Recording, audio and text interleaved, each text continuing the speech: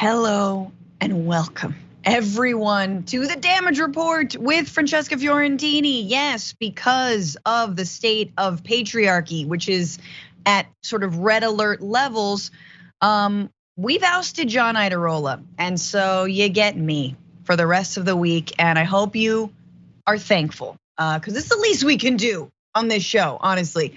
And with me for a Thursday here on the Damage Report is host of the Hysteria podcast, Erin Gloria Ryan. Erin, how's it going? It is going. It continues to go. Somehow. Yes, somehow it continues to go. I'm here, you're here. That's good. That's a good start. It is. I appreciate us just being like, yep, it is what it is. Don't ask me how I am. How is that even still a question? I don't know. We're gonna have to come up with a new one. Like, how are you doing? No, it's like, well, you made it. Exactly. We are gonna get into a lot of things in this hour, in this show. Obviously starting off with updates to the SCOTUS decision on Dobbs and the reaction from Democrats. It seems like maybe that stick that the meme is pointing at Democrats, like do something, like maybe that's happening a little bit, maybe not. And then we will get into O.J. Simpson and his take on defunding the police. The answer might surprise you or not, I guess. And then a little bit more, of course, from our favorite Marjorie Taylor Greene, because we have to lighten the mood. And for some reason, in this week and in these times, Marjorie Taylor Greene lightens the mood.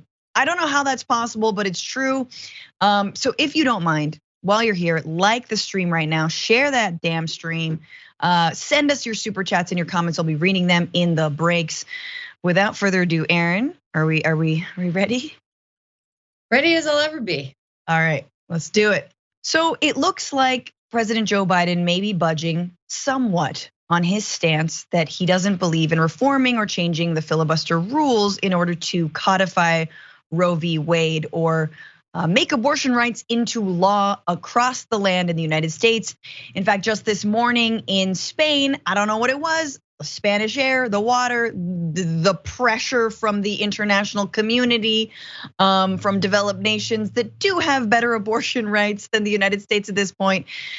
But Biden is now backtracking on that statement and saying, no, he's now willing to advocate for amending, changing, suspending the filibuster as they did for, again, remember the federal budget with a giant deficit, to do that in the case of Roe v. Wade. So he put out this tweet after the statement saying, we have to codify Roe v. Wade into law. And as I said this morning, if the filibuster gets in the way, then we need to make an exception to get it done. Remember, it was the second time that Biden has ever advocated for reforming the filibuster. He urged Congress to scrap its rules requiring a 60-vote threshold in the Senate to pass a specific piece of legislation. In January, he called on lawmakers to make an exception to the rules to pass legislation to add voting rights protections. And how'd that work out? So at least in theory, he is down for it. In practice, of course, we still have Senators Joe Manchin and Kyrsten Sinema, who knows where they stand. But Erin, what do you think of this step forward, potentially, for a Democratic strategy to combat what the Supreme Court has done? I think I'm not just speaking for myself here when I say I'm a little bit gobsmacked at the lack of plan. This seems like so reactive, and we knew this was coming. You know, like when the Dobbs opinion leaked back in April, we knew that this was coming. So I don't understand why we weren't spending the last 3 months in a full court press, or 2 months in a full court press, like figuring out what we're gonna do when this happens. Yeah. And instead it's like our leadership, Democratic leadership, is acting like this is some kind of a surprise, and oh, well, what are we supposed to do now? And it's like, you had 2 months. You had more than 2 months. You had, from the moment that Joe Biden took office, and we had the Senate and we had the House of Representatives, we had time to strategize about what we would do. I am so tired of a party that is just reacting to things that activist judges do rather than anticipating things that activist judges might do. We could have gotten out ahead of this. And it's so frustrating. It is so frustrating to see such a lack of urgency from the president on this. Now, I will caveat by saying that this is better than nothing, which is what we were getting before. So I will take anything that is not nothing. And but there's also this, Francesca, like the filibuster is so silly. It is so silly. And the more I learn about it, the more I'm like, so they can just ignore it sometimes? Whenever why weren't we just doing this more? Like, why aren't we just trying to actually lead with the power that we have? It's very, very frustrating, but I'm glad that the president has decided that he wants to end the filibuster on this. If this is all we get, it is certainly not enough, but it's something. Right, exactly. We'll see, and we're gonna talk a little bit about later whether it's enough to bring people out to the polls in the midterm elections, which seems to be the main strategy here. But I think you're absolutely right. Earlier in the week, we looked at Vice President Harris's response to this.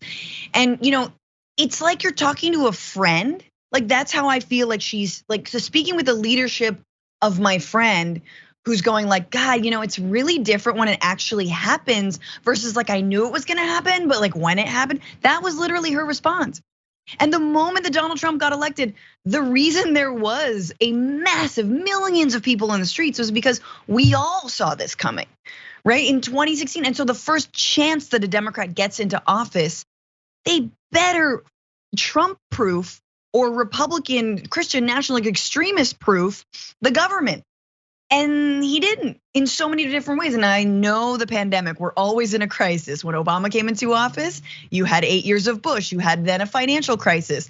There's someone who also, if we're going back farther in history, did not choose to codify Roe v. Wade either, or pass the freedom of choice act, excuse me, yeah. So, but it seems like maybe some pressure from other Democrats inside the Senate, inside Congress are working. More than 30 Senate Democrats signed a letter to Biden, urging him to fight back, take bold action, and lead a national response to this devastating decision after the court overturned the right to abortion. Now there's some other things that apparently are in the works. It's not just this, supposedly, we'll see. The White House plans, according to Reuters, to include a range of executive actions in the coming days, as well as promising to protect women who cross state lines for abortions and support for medical abortion. Cool. So there's like, I remember earlier that before the filibuster part, the only thing they had was, we protect the right to travel.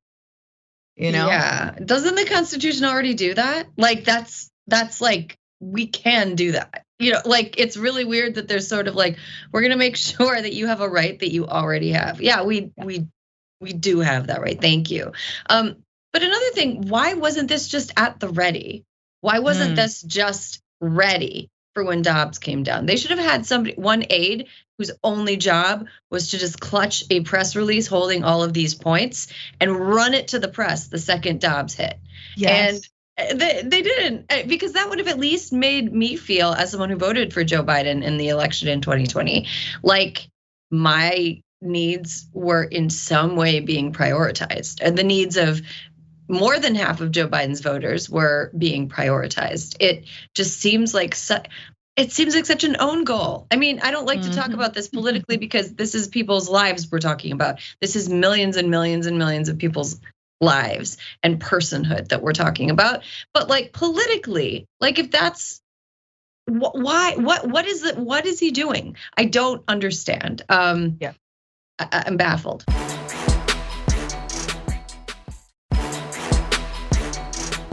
In fact, today, Justice Ketanji Brown Jackson is being sworn in as Justice Breyer retires. Obviously, that will not change the makeup of this right-leaning and majority conservative Supreme Court. It won't change that balance, but it is noteworthy. And I wish we were in a better place to celebrate the first African-American woman to sit on the Supreme Court.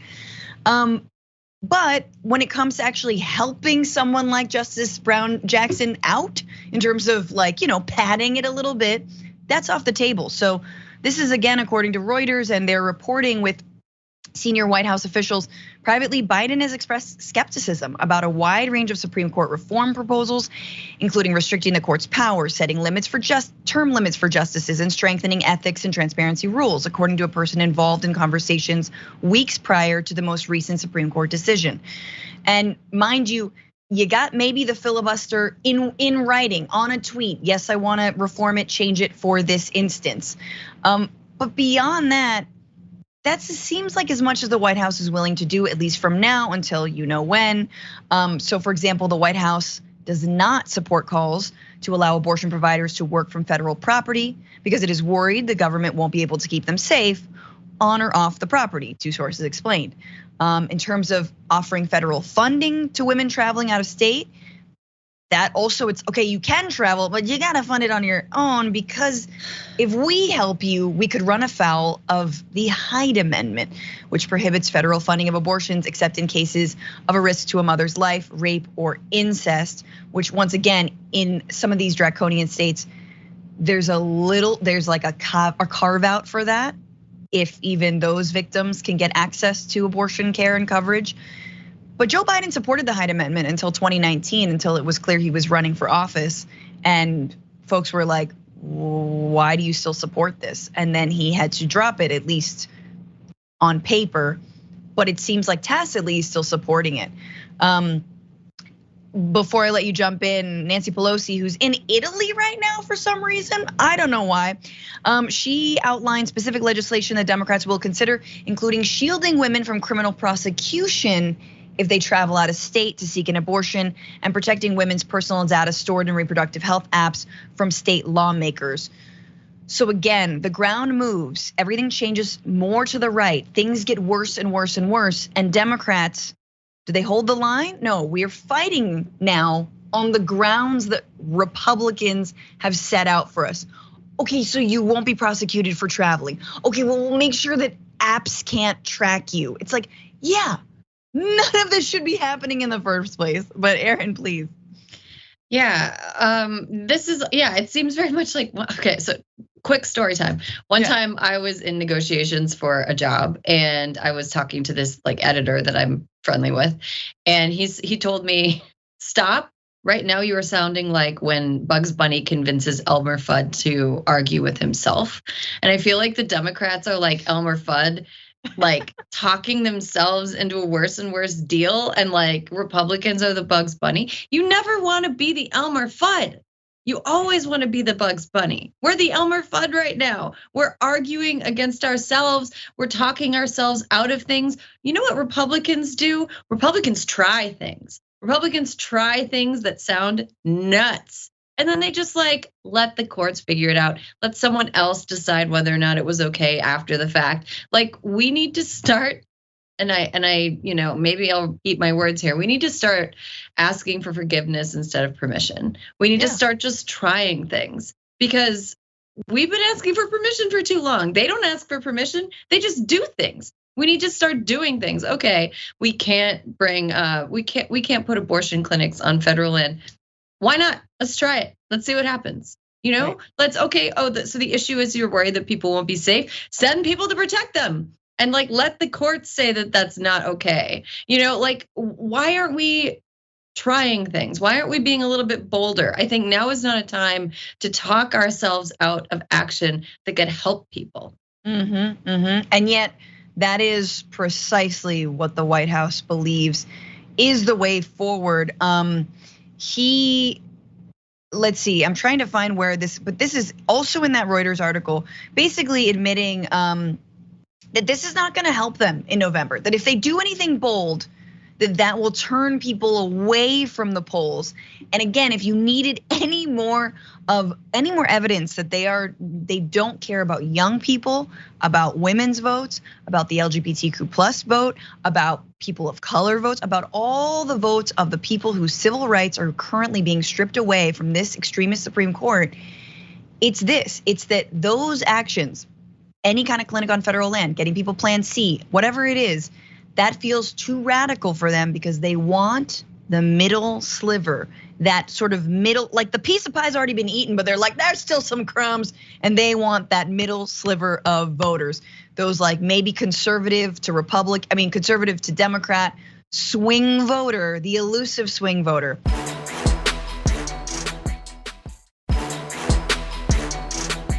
It looks like not just Joe Biden, but even progressives like Pramila Jayapal, Representative Jayapal, or Senator Elizabeth Warren, fundraisers inside and outside of Congress are dead set on voting harder. This is the message that will come out of the Supreme Court justice rulings on Roe v. Wade, on Dobbs, that it isn't about taking action, but it is about putting it back to the people to vote even harder. So let's take a look at this clip from Elizabeth Warren. But it's also focused like a laser on the election in November.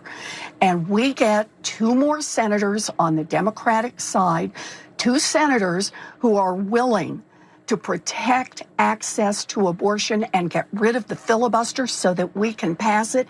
And yes, John Fetterman, I'm looking at you in Pennsylvania. Mandela Barnes, I'm looking at you in Wisconsin.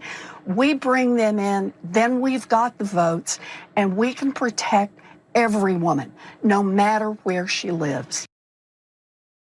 So that is a big promise from a senator who is also, to her credit, advocating for other action beyond what, let's say, the president is advocating for in terms of opening clinics on federal lands, taking executive action to protect the right to get an abortion in this country. But she's also giving some, and this is the question, is this hard reality, hard truth about the election that's coming up?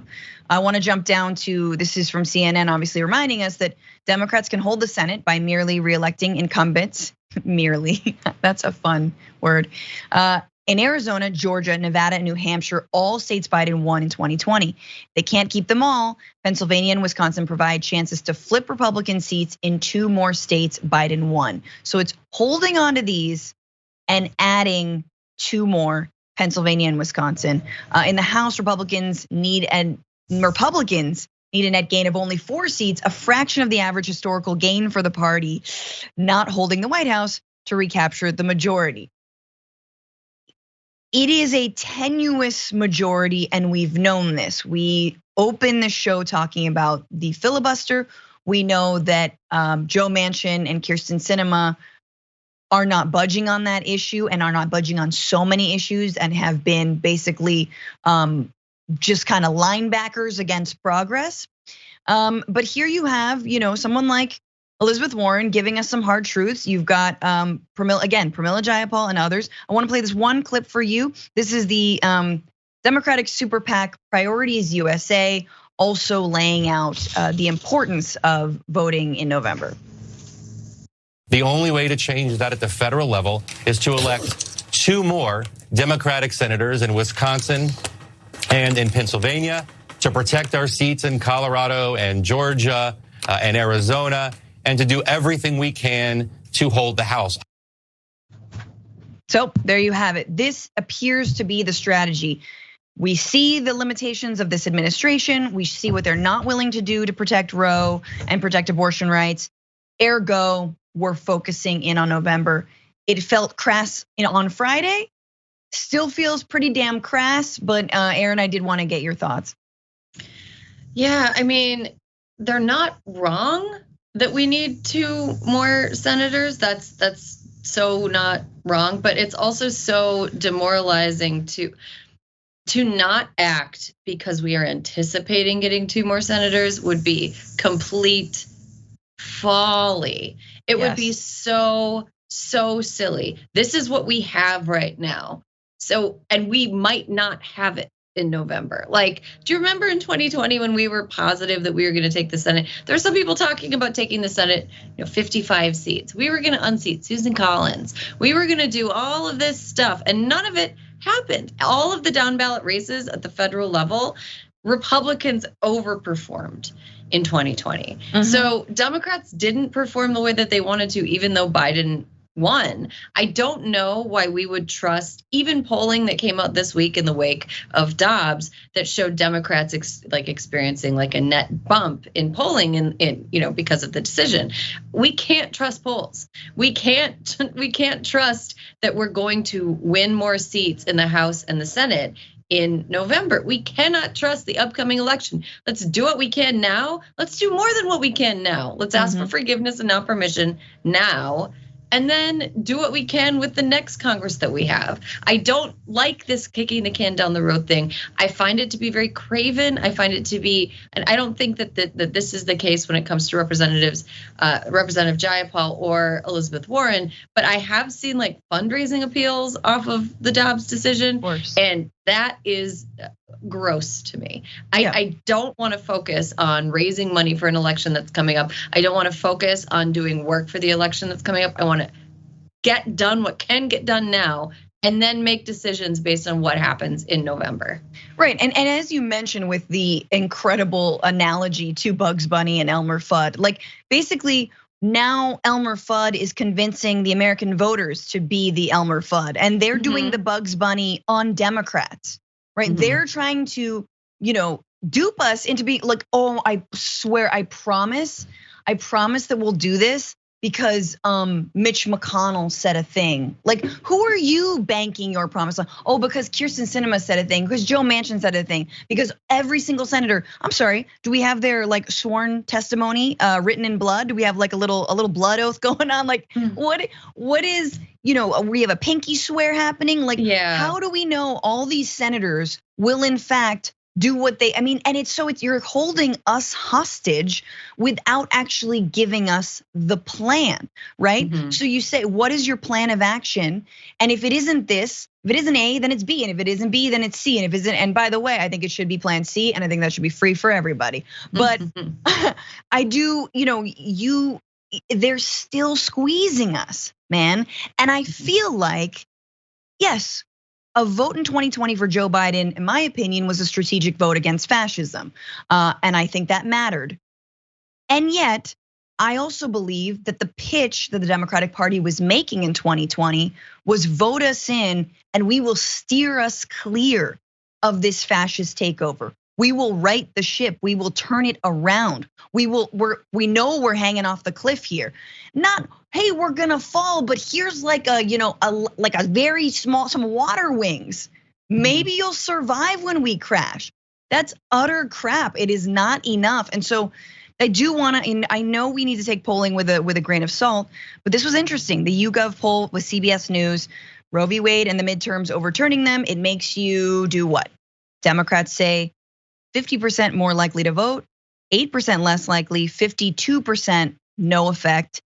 Republicans, interestingly, only 20% more likely to vote, and 77% say no effect. So clearly, there's minimal more of a fire being lit underneath Democrats than Republicans, which is very interesting because you got Mike Pence doing, victory laps here.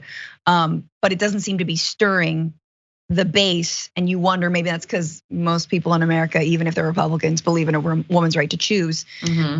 But I almost feel like Democrats look at that and they're like, yeah, hell yeah, doing nothing, it actually kind of works. Just scaring them, that kind of works.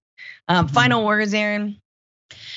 Yeah, here's the thing. You mentioned earlier about that Joe Biden was going for this middle vote, right? The kind of like, oh, I live in a suburb, but I have a gay friend, that sort of vote. Yeah. The thing is, abortion rights are so popular that middle vote on that issue doesn't exist. Like, what is it, like 60% of people didn't want to overturn Roe? That is like, he's appealing not to the middle. He's appealing to like the right, like the far right, and they wouldn't vote for him anyway. I feel the same about like other issues that I think would be really advantageous for Democrats to bring up right now. Okay, look, abortion is banned in a lot of places. So why don't we have a federal family leave program? Yep. Why aren't Republicans' bluffs being called? If you care about families so much, let's support them. Let's make motherhood a little bit easier as we figure out a way to un-F what has been effed. Like let's figure out a way to support the people that are going to be forced to have children. Democrats aren't doing that either. I really wish, like you said, that there was a clear plan, like, guys, there's no we got this, but we have a plan for how we're going to attack this. And I wish we knew the plan of attack, and I wish we could see it in action. Right now, it just feels like I'm putting a lot of messages in my spam folder, and I'm unsubscribing from a bunch of texts asking for money. And I need more than that from Democrats. I love that. And you know that, Joe Biden loves bipartisanship, and calling Republicans bluff on whether or not they are a pro-family party by putting together a robust parental leave, universal child care program. Child tax credit. Why don't we extend why do we extend it for longer? Like, it's right there. We were just doing it. Yep. Like, why? Just bring it back. Why not? It's I don't want to be the president ever. It seems like a hard job that sucks. But like, I feel like maybe Joe Biden should listen to people who have some ideas around what could be done, what could be made out of this situation. I think it's terrible in almost all respects, but also presents some opportunities to actually enact some change. Absolutely. All right, we got to take our first break. There is way more on the other side of this, including, with everything, 1 step forward and 5 steps back for the Democrats. But we'll be right back.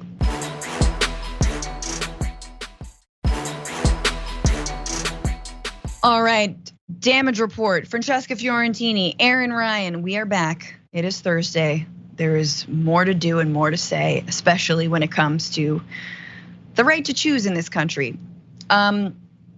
So, as Joe Biden has said that he will support a filibuster amendment or lifting in order to pass Roe v. Wade legislation, he is simultaneously seem to be cutting backdoor deals to appoint lifetime judges, federal judges, who are anti-choice.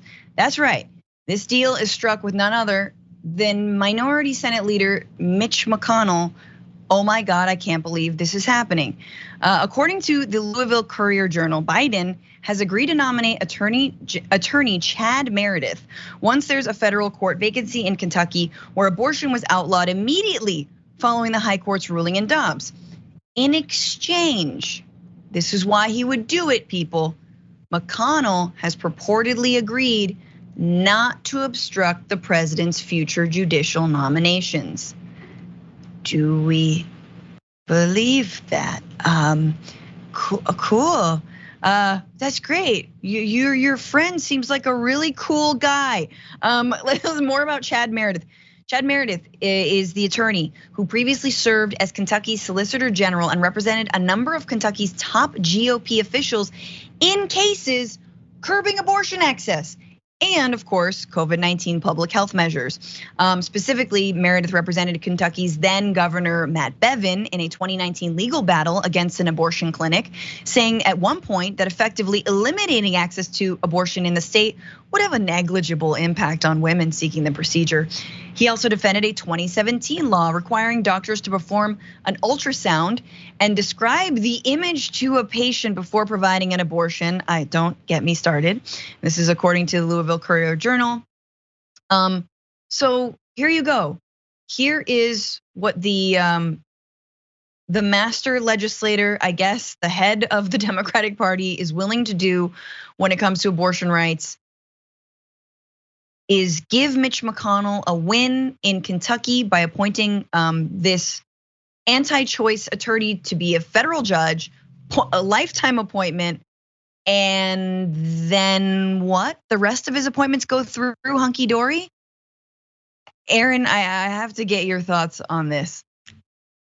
Wow, gee, I wonder if a Republican would lie about something in order to get what they want and then suffer absolutely no consequences as a result of it. There's nothing here that would hold McConnell to this promise but his honor, which, does he have honor? Like, what is the, okay, like, you're Mitch McConnell, right? You can get Joe Biden and Democrats or whatever to believe you when you make promises. And then there's no penalty for you when you break those promises. And then they'll believe you again when you make more promises to get what you want. Why wouldn't you just lie and make fake promises all the time? This is like an economically, like we're talking economics, like more broadly than money. This is an economically sound decision by Mitch McConnell to just continually make promises, lie, break promises, suffer no consequences, do the same thing again. I mean, it's not even like he's under oath. Supreme Court justices that were confirmed under Trump lied under oath about, so like, and they've suffered no consequences and they won't suffer any consequences because President Biden doesn't want to make them have any type of code of conduct that they have to live under or be subjected to as their judges. Like, this would be the genius move by Biden. No, I'm giving him a lot more, whatever. Joe Biden, if you're watching this. Joe Biden should say, yes, I promise to appoint this guy, to get the appointment, get the lack of, pushback on his other federal judicial nominees, and then smack down a 5-year term limit. So it's like this guy is in an, and see, because then we get to be Lucy with the football instead of like Charlie Brown's butt as he falls on it trying to kick it. Absolutely. No, he's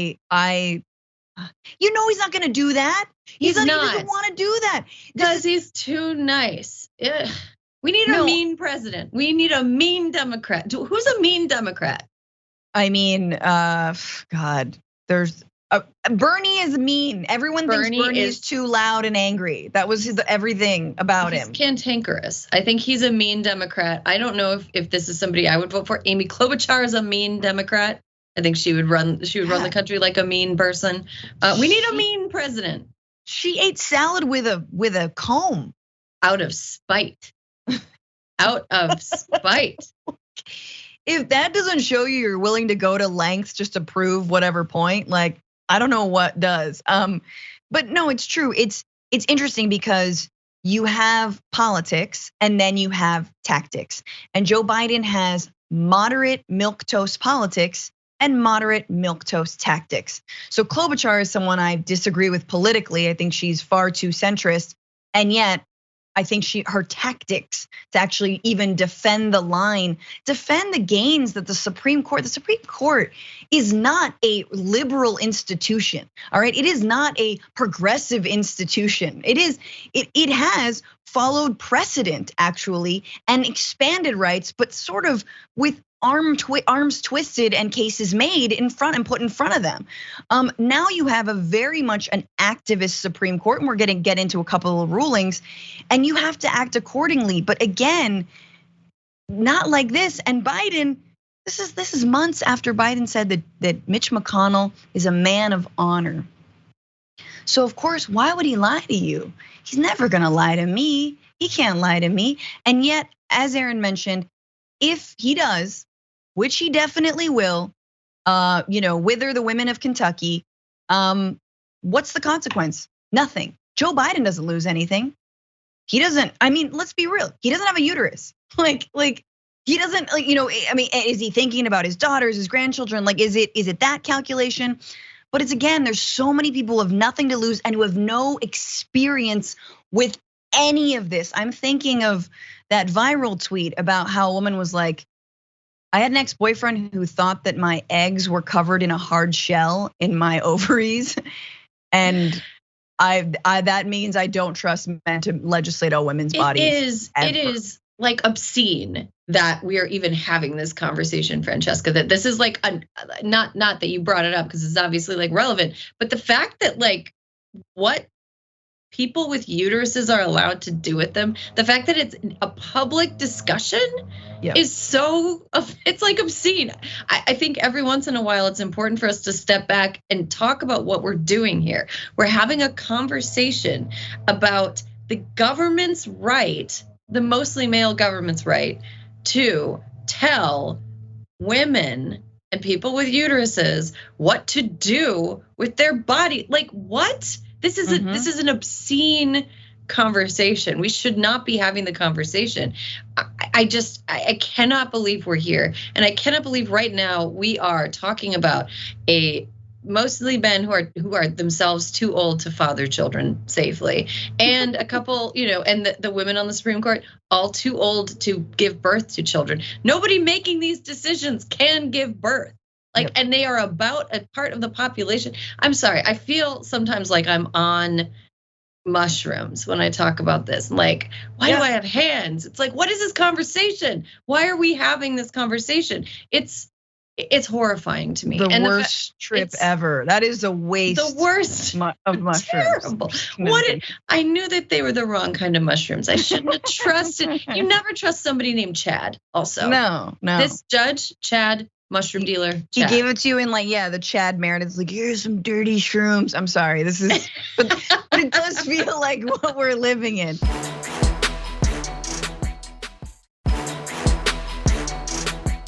I want to move on because obviously it isn't just Roe v. Wade, it's a lot of other stuff. It is a dismantling of essentially any kind of regulatory ability of the federal government to protect us. And one of those ways that they protected us was protecting our right to decide if and when and how we become parents, right? That right to an abortion. But there are other rights that are being stripped away as well. So climate change.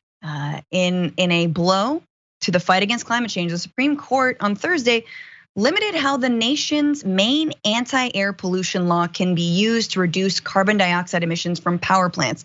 So this is a 6-3 vote, and the court said that the Clean Air Act does not give Environmental Protection Agency broad authority to regulate greenhouse gas emissions from power plants that control global warming. The Environmental Protection Agency, you're more just like window dressing. You're just there. You just, it's cute, nice try, but no. Why? Because corporations need somewhere to dump stuff. Air, water, land, wherever. The implications of the ruling could extend well beyond environmental policy and further signal that the court's newly expanded conservative majority is deeply skeptical of the power of the administrative agencies to address major issues facing the nation and the planet. Yeah, that's what it is. Oh, it's totally, they're like, well, we should go about it a different way. No. They don't care. They don't want there to be oversight, whether that's corporate oversight, definitely not government oversight. This is all, again, Steve Bannon just put on another shirt over his 3 shirts and is like, yeah, today's gonna be a 4-shirt day, Steve. He loves this because this is his dream of dismantling the administrative state, as he has been quoted a million times, is the goal of a Trump administration. While Trump is not in office, this is the lasting impact of his time there. Before I kick it to you, let's hear from Justice Kagan in her dissent, writing, the stakes here are high, yet the court today prevents congressionally authorized agency action to curb power plants' carbon dioxide emissions. The court appoints itself, instead of Congress or the expert agency, the decision maker on climate policy. I cannot think of many things more frightening. Respectfully, I dissent. No, you don't need respectfully, just leave that out. No, if I were editing that, I'd just line item cross that one out. Just I dissent without respect. I mean, whatever, they don't respect us. Why would we respect them? The thing about this, the EPA ruling was, this is another thing that we saw coming. But to me, especially when put up against the Dobbs ruling and some of the sanctimonious language used by the far right in talking about protecting life, talking about protecting, babies or whatever. Protects life, not living in a polluted hellhole. There is no group in the population that is more subject to harm from environmental pollutants than quote unquote the unborn.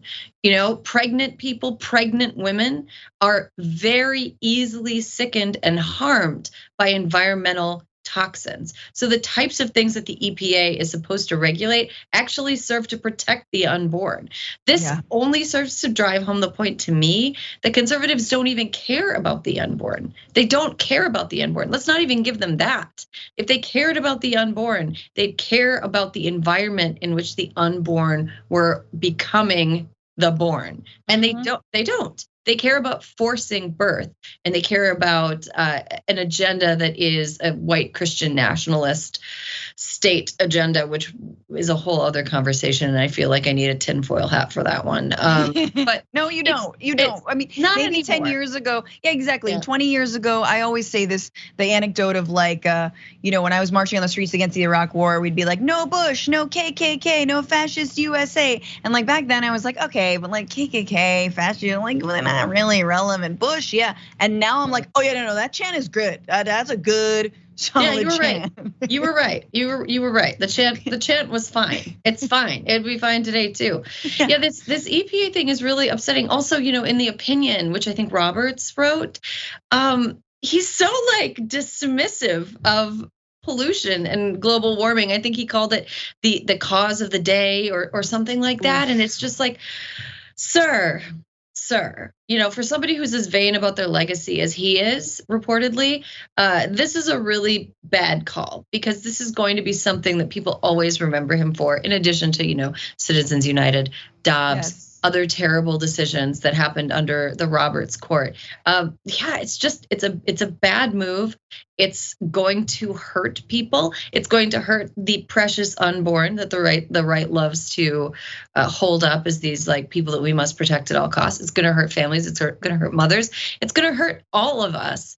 Mm-hmm. And I'm not looking forward to what this will bring. No, and before we go to break, one more aspect, one more thing that the Supreme Court did rule. Mini bit of good news mini bit of bad news, and then, well, I don't know how to do this, but it's fine. But in another ruling, the Supreme Court ruled for the first time in its history that states have concurrent jurisdiction with the federal government to prosecute a broad swath of crimes in Indian country, tribal lands, dealing a grievous blow to tribal sovereignty. So this is a 5-4 ruling. Brett Kavanaugh, shredding almost 200 years of precedent and practice to satisfy Oklahoma's desire to reverse its defeat 2 years ago in McGirt versus Oklahoma, where the court recognized that half of the state was still Indian country. Again, this is overriding tribal law. It's allowing all kinds of overreach and ignoring that tribal sovereignty, and it covers reservations of many tribes in Oklahoma, like the Muskogee, Cherokee, Chickasaw, Choctaw, Quapaw, and Seminole. And lastly, just to quote Muskogee Nation, they said the ruling is an alarming step backwards for justice in our reservation. Tribal governments in collaboration with federal government are best suited to protect our people and administer justice within our reservations. So there was already oversight. It's not that there wasn't any kind of federal law on those lands. This is just adding another piece of it. Finally, I'm sorry, we gotta go to break, but finally, mini bit of good news. Supreme Court allows the Biden administration to terminate the controversial Trump era asylum policy known as Remain in Mexico. Super surprising that they even got this far. Again, this has led to things like deaths. Next step is to overturn Title 42, which the Biden administration tried to, but we got to fight for that as well. So that was a surprising one, but we have to go to break. I'm sorry, Erin, I can give you comments, but we'll be right back after this.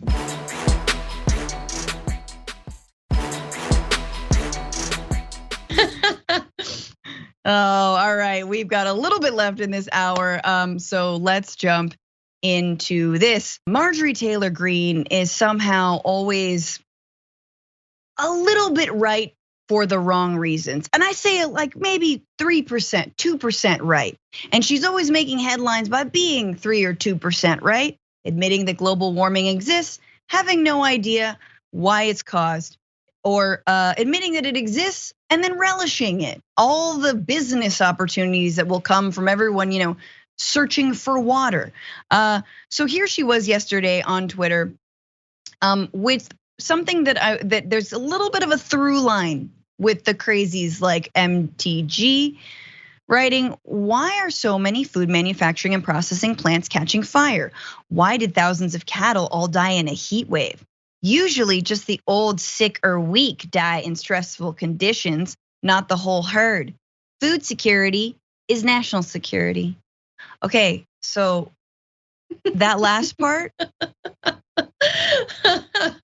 that 1% of like, oh gosh, security is national security. Oh my gosh, yes, good job, Marjorie, good job. 33%, see me after class. It's not a 0, it's a 33. But there are a lot of people are jumping to conclusions in her mentions, because she noticed she didn't even say climate change. She's just like, why do cows die in heat? Is it because they're made of Jewish space laser? Like, it's like she doesn't know why an animal would die in like. So here we have some responses. This is Mina Singh's writing. So you'll acknowledge climate change and global warming? No? Hope Barrett saying, just waiting on your thoughtful insight on these things that will have nothing to do with global warming or acknowledge anything that is going on in the rest of the world, but will be a part of some big conspiracy, which, oh yeah, it is. So notice how she didn't really say global warming. She's just asking questions about why cows are dying. We all know that, again, 2022, hottest year on record. I don't even have to look at the stats to know that. I don't even have to look. I know it's the hottest year on record because that's the world we're living in. It's mostly on fire. And then there's, poke. I don't know. So actually, this is not the first time she has asked questions around why like food processing centers are going up in flames and what's happening to crops and all this. So here's a video of her, if you guys remember earlier from this year, where she's blaming Democrats for ruining farmers' lives. And yeah, all of this is a QAnon conspiracy theory, but take a look at this video. Our farmers they stand for all of our values, traditional family values, freedom, independence, the ability to live and sustain yourself and your family off the land. The Biden administration and Democrats are ruining that, and they're destroying the very important, most critical part of the fabric of America, and that is our farmers. And I'm so upset about this. It has me so angry, but they're doing it on purpose. I mean, they want to be the global economy. They want to be completely involved. And here we have these random, supposedly accidental fires at food processing plants. So this is not unique for conspiracy theorists like Marjorie Taylor Greene, who in 2018 alleged that California wildfires were caused by, again, a laser fired from a satellite controlled by a Jewish family. Greene is in Congress now, but she's still pushing conspiracy theories that globalists are deliberately starting catastrophic fires to advance their agenda. So what? So we can buy more cattle from Brazil? Like, this is the depth of this. So it's like I saw the tweet and I was like, yeah, food security is national. Oh. You know what's funny? You know what's funny about that? About all the points she's making about our farmers and this like pearl clutching red state shucksery that you get from Republicans all the time. What percentage of the food supply in the US comes from California? Hellish blue state California. It's really nice to see Marjorie Taylor Greene come out in support of the state where I live, California, the home of so much of America's agricultural production. The just asking question thing, I think just is doing a lot of work because she's definitely not thinking. She's just asking. I also do not believe that Marjorie Taylor Greene knows how to cultivate anything. She doesn't seem like the type of person who's ever grown anything, ever successfully kept an animal alive, or really like Marjorie, you're so good at, I mean, look, I'm also like coming a little bit for her because I grew up in a rural area and we had like chickens and sheep and I milked cows and all that stuff. Tell me how does calf birth work, Marjorie? Ever assisted a cow birth? You ever farmed? Tell me about farming. Tell me what you know about farming. She just repeats things that she sees in the craziest parts of the Twitter sphere. And her people who are her acolytes believe it. And it's very frustrating as somebody who actually has some firsthand experience, actually being on a farm, being around farmers, and like knowing what these things look like. It's just, she's stealing valor, honestly. Yeah. Stealing farmers. The other thing that I think is so important to know about farming and like running farms is the amount of labor that is required, and often that labor is immigrant labor, whether documented or undocumented. And I've spoken to, and we've all done stories about this, that like the more robust our immigration policies, the more safe they are for people, the more actual like people there are to work these farms, these American farms, if we love these American farms so much. But no, that conflicts with our anti-immigrant stance. Anyway, that is Marjorie Taylor Greene's sort of self-own of the week, and I hope you enjoyed it. There is more show on YouTube. If you're on linear, meet us there.